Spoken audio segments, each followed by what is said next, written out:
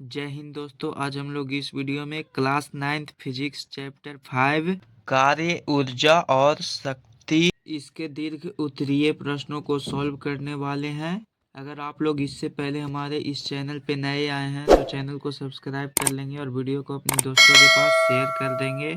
पहला प्रश्न है कि कार्य की परिभाषा लिखें। धनात्मक कार्य, ऋणात्मक कार्य और शून्य कार्य की साधारण व्याख्या करें। तो हम लोग कार्य की परिभाषा लिखेंगे कि बल और बल की दिशा में तय की गई दूरी के गुणनफल को ही बल के द्वारा किया गया कार्य कहा जाता है।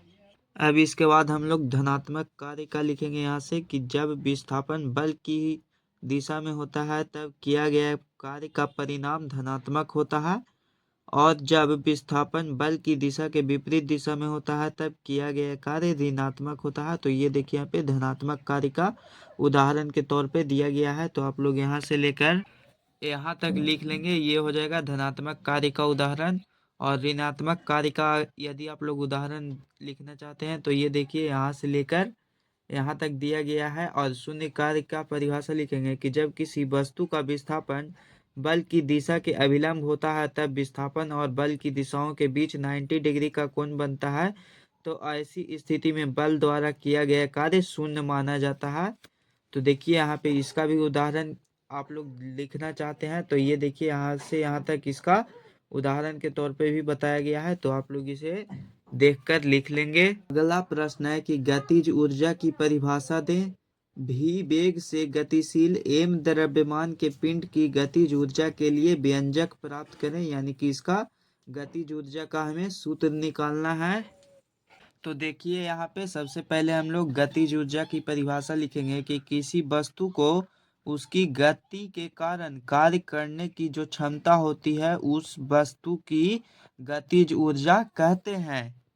अब इसके बाद देखिए हम लोग गतिज ऊर्जा का व्यंजक प्राप्त करेंगे, यानी कि उसका सूत्र प्राप्त करने के लिए लिखेंगे कि माना कि द्रव्यमान एम की कोई वस्तु यानी कि पिंड वेग v के साथ चल रही है और वस्तु पर कोई अचर विरोधी बल F गति की विपरीत दिशा में लगता है, जिसके कारण वस्तु गति की दिशा में दूरी s तय करके रुक जाती है चूंकि अंतिम वेग शून्य है। तो देखिए यहाँ पे एक वस्तु था, ये इधर से चलता जा रहा था, गति कर रहा था, और इसका यानी कि वस्तु का जो द्रव्यमान है वह m माना गया है।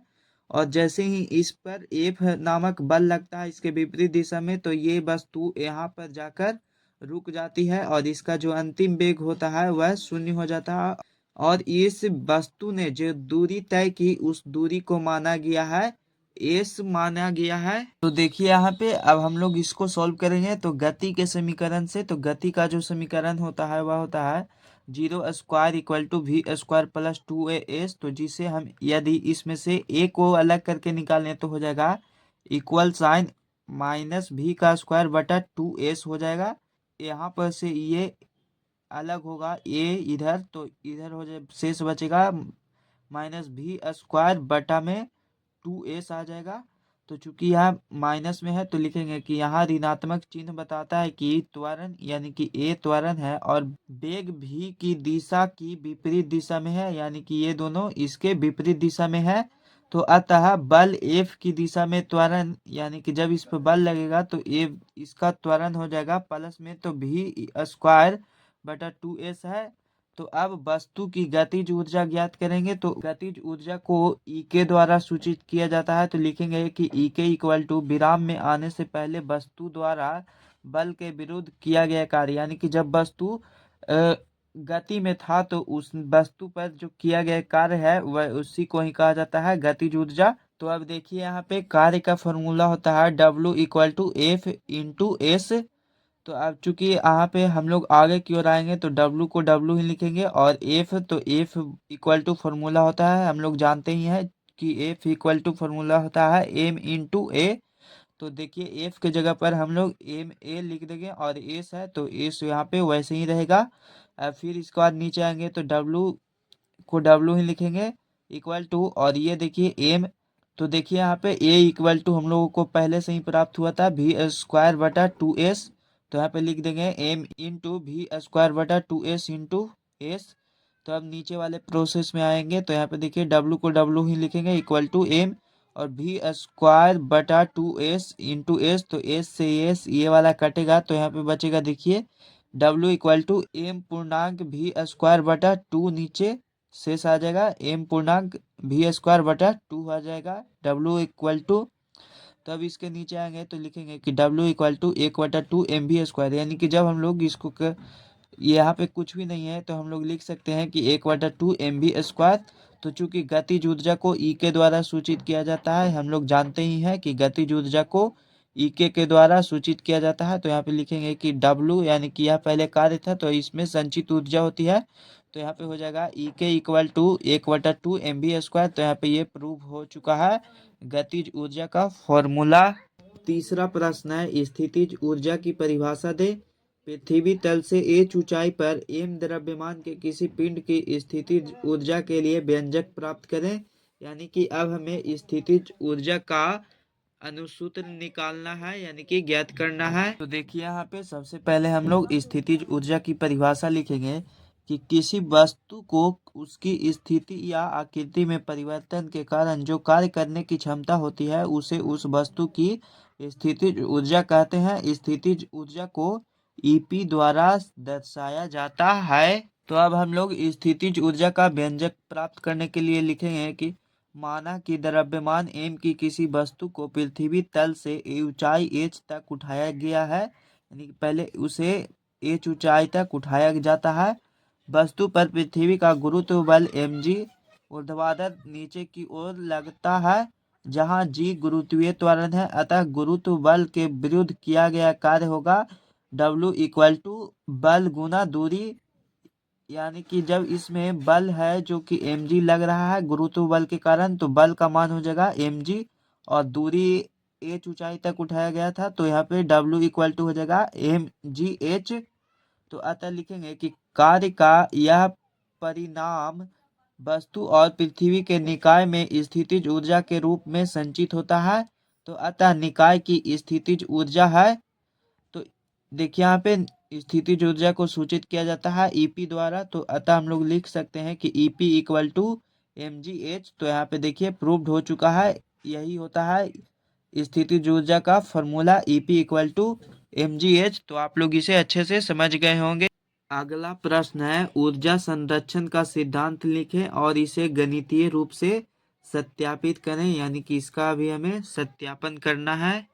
तो देखिए यहाँ पे ऊर्जा संरक्षण का सिद्धांत लिखेंगे कि ऊर्जा संरक्षण का सिद्धांत यह है कि ऊर्जा न तो उत्पन्न की जा सकती है और न ही नष्ट की जा सकती है, किंतु इसे एक रूप से दूसरे रूप में इसका रूपांतरण हो सकता है। आप देखिए इसका ऊर्जा संरक्षण के सिद्धांत का सत्यापन करेंगे तो लिखेंगे कि गुरुत्व के अधीन मुक्त रूप से गिरती वस्तु में ऊर्जा का संरक्षण।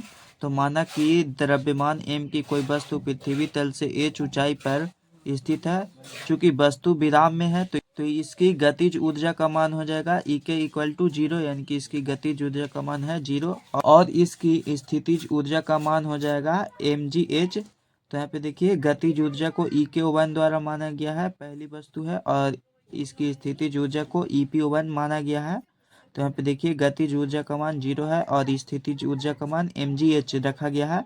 तो इसीलिए स्थिति A पर इसकी कुल ऊर्जा होगी, यानी कि EO1 equal to EK1 plus EPO1, यानी कि इन दोनों को जोड़ेंगे तो इसकी कुल ऊर्जा निकल जाएगी। तो EK1 का मान है 0 और EPO1 का मान है mgh। तो यहाँ पे देखिए स्थिति A पर जो इसकी कुल ऊर्जा होगी वह होगी mgh, यानी कि स्थिति A पर इस वस्तु का कुल ऊर्जा हमें ज्ञात हो गया mgh। अब इसके बाद लिखेंगे कि मान लिया कि अब वस्तु को गुरुत्व बल के अधीन मुक्त रूप से नीचे गिरने दिया जाता है। अब वह वस्तु नीचे की ओर गिर रहा है, तो जब वह वस्तु A से S दूरी नीचे B पर जाती है तब पृथ्वी तल से उसकी ऊंचाई h माइनस एच, यानी कि उसकी पूरी हाइट थी h, तो उसमें से s दूरी उसने तय कर लिया तो h माइनस एस करेंगे तो वह शेष दूरी बचेगी। तो अतः इसकी स्थितिज ऊर्जा हो जाएगा, देखिए यहाँ पे EP2 माना गया है स्थितिज ऊर्जा को, क्योंकि वस्तु दूसरी स्थिति में पहुंच चुकी है। तो EP2 इक्वल टू हो जाएगा mg छोटी कोष्ट h माइनस एस, इसकी स्थितिज ऊर्जा का मान हो जाएगा mg छोटी कोष्ट h माइनस एस। तो चूंकि वस्तु का प्रारंभिक वेग u था, यानी कि प्रारंभिक वेग इसका u जो था वह 0 था, इसीलिए स्थिति b पर, इसीलिए जब वस्तु स्थिति b पर पहुंचता है तब भी इसका वेग v होगा। तो इसका समीकरण होता है v square equal to u square plus 2as। तो देखिए यहाँ पे v square equal to u का मान चूंकि यहाँ पे 0 था तो यहाँ पे हो जाएगा 0 का स्क्वायर प्लस 2as। तो यहाँ पे वी स्क्वायर करेंगे तो हो जाएगा we square equal to 2as शेष बचेगा यहाँ पे। तो देखिए हमें प्राप्त हुआ था we square equal to 2as। तो अब इसके बाद आगे आएंगे तो लिखेंगे कि we square equal to 2gs। चूंकि a है वह त्वरण, वह गुरुत्वीय त्वरण के बराबर है, तो यहाँ पे a इक्वल टू g हम लोग लिख सकते हैं। तो a की जगह पर g लिखेंगे और s को s ही लिखेंगे। तो अब हम लोग अतः स्थिति b पर इसकी गतिज ऊर्जा ज्ञात करेंगे। तो देखिए यहाँ पे गतिज ऊर्जा, इसका फॉर्मूला होता है 1/2 mv square, 1/2 into m into, और यहाँ पे वी स्क्वायर था तो वी स्क्वायर का फॉर्मूला हमें ज्ञात हुआ था 2gs। तो यहाँ पे लिखेंगे 2gs और फिर नीचे आएंगे तो 1/2 m इंटू 2gs। तो ये 2 से 2 कटेगा तो यहाँ पे हो जाएगा शेष mgs हमें ज्ञात होगा। देखिए यहाँ पे mgs ज्ञात हुआ। तो अब हम लोग इसकी कुल ऊर्जा ज्ञात करेंगे। तो यहाँ पे देखिए E2 द्वारा सूचित किया गया है, तो इसकी कुल ऊर्जा हो जाएगी गतिज ऊर्जा प्लस स्थितिज ऊर्जा का मान। तो यहाँ पे देखिए E2 यानी कि गतिज ऊर्जा का इसमें मान आया था mgs प्लस में EP2 यानी कि इसके स्थितिज ऊर्जा का मान ज्ञात हुआ था हमें। देखिए यहाँ पे इसकी स्थितिज ऊर्जा का मान था mg cos h minus s। तो देखिए यहाँ पे इसको भी लिख देंगे EP2 यानी कि स्थितिज ऊर्जा का मान mg छोटी कोस्ट h माइनस s। और इसके बाद हम लोग आगे की ओर बढ़ेंगे तो यहाँ पे mgs को लिख देंगे प्लस में, और इसको इससे कैलकुलेट करेंगे तो हो जाएगा mgh प्लस में, और जब इसको इससे गुना करेंगे तो हो जाएगा माइनस mgs। तो अब इसके बाद आएंगे तो लिखेंगे तो देखिए mgs प्लस में और ये वाला mgs माइनस में कट जाएगा तो हमें शेष प्राप्त हुआ mgh। तो यहाँ पे लिख देंगे mgh। तो अतः लिखेंगे कि mgh E01 का मान भी आया था। देखिए यहाँ पे mgh E01 का भी मान आया था mgh, और जब हम लोग इसकी कुल ऊर्जा का भी समीकरण द्वारा हल किए तो हमें प्राप्त हुआ mgh ही।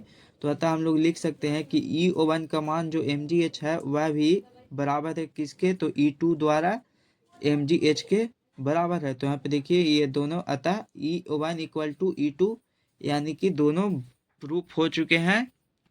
तो आप लोग इसे प्रूफ कर लेंगे। यदि आप लोग इस चैनल को सब्सक्राइब नहीं किए होंगे तो सब्सक्राइब कर देंगे और वीडियो को अपने दोस्तों के पास शेयर कर देंगे।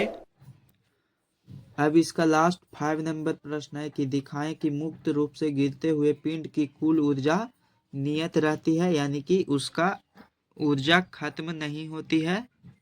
तो ये देखिए ये रहा गुरुत्व के अधीन मुक्त रूप से गिरते हुए वस्तु में ऊर्जा का संरक्षण। तो इसे आप लोग यहाँ से लेकर, और ये रहा इसका चित्र, तो आप लोग इस चित्र को ही बना लेंगे, साथ में आप लोग यहाँ से लिखना स्टार्ट करेंगे और इसे यहाँ तक ये सभी लिखते हुए यहाँ तक आ जाएंगे, और आप लोग लिखेंगे लास्ट में कि अतः गुरुत्व के अधीन मुक्त रूप में ऊर्जा संरक्षण के सिद्धांत का पालन होता है। तो यहाँ पे प्रूफ भी किया हुआ है, तो आप लोग साथ ही प्रूफ भी कर लेंगे। तो यहाँ पे सारे प्रश्न सॉल्व हो चुके हैं। फिर मिलेंगे हम लोग एक नए वीडियो के साथ, तब तक के लिए जय हिंद जय भारत।